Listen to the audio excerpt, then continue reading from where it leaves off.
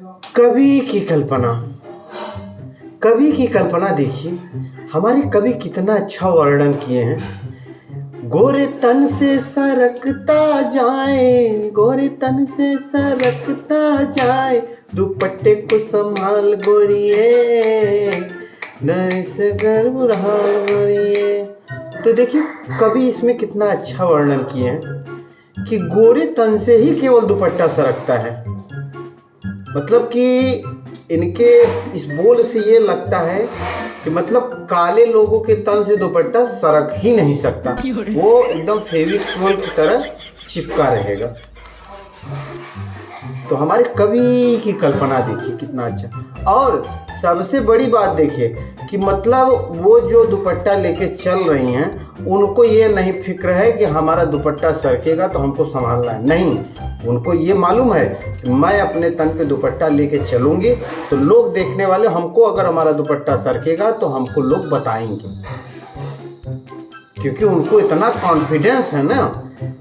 कवि ने कल्पना कर दिया, अब उस कल्पना में वो खो चुके हैं कि गोरे तन से सरकता जाए, दुपट्टे को संभाल गोरिए, न ऐसे कर बुरा हाल छोड़िए। अच्छा चलिए, तो हो गया कवि की कल्पना। अब हमारी जो कलाकार हैं उनका देखिए कितना बढ़िया तरीका।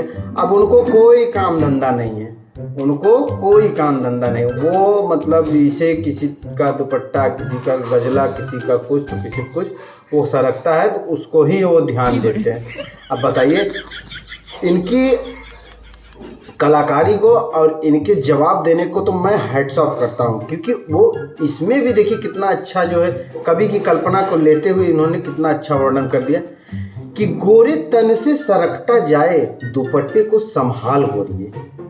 अब देखिए यहाँ पे उन्होंने कितना अच्छा वर्णन कर दिया कि ताकि अगले वाले को हम एक तरफ से मतलब हम उसको बता भी दें और वो रिप्लाई में हमको कुछ बोल ना सके। हो सकता है भाई इसमें तमाम प्रकार के लोग होते हैं, अनेकों प्रकार के दिमाग वाले होते हैं, हो सकता है रिप्लाई में उसको डांट दें या कुछ भी कर दें, तो उन्होंने पहले से ही कलाकार ने इसमें जो है उनका जो है तारीफ करके डाल दिया, गोरे तन से सरक जाए।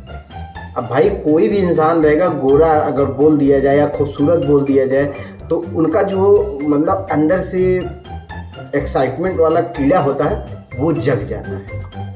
तो भाई उन्होंने तो पहले ही कह दिया गोरे तन से सरकता जाए, दुपट्टे को संभाल गोरिए, तो इतने में तो वो गदगद हो गए। तो यही है कवि की कल्पना। देखिए कवि की कल्पना, दुपट्टे को संभाल गोरिए, न बुरा कर हाल छोड़िए।